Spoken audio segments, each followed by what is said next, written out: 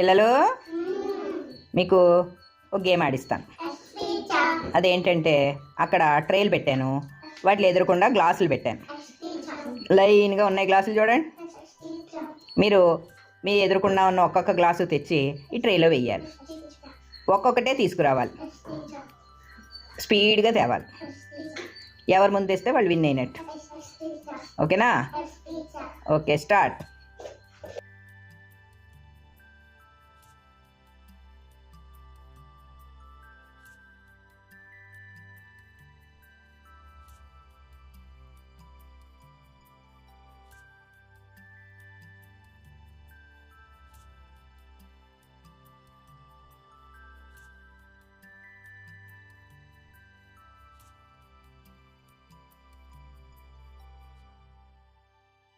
Subhash wins.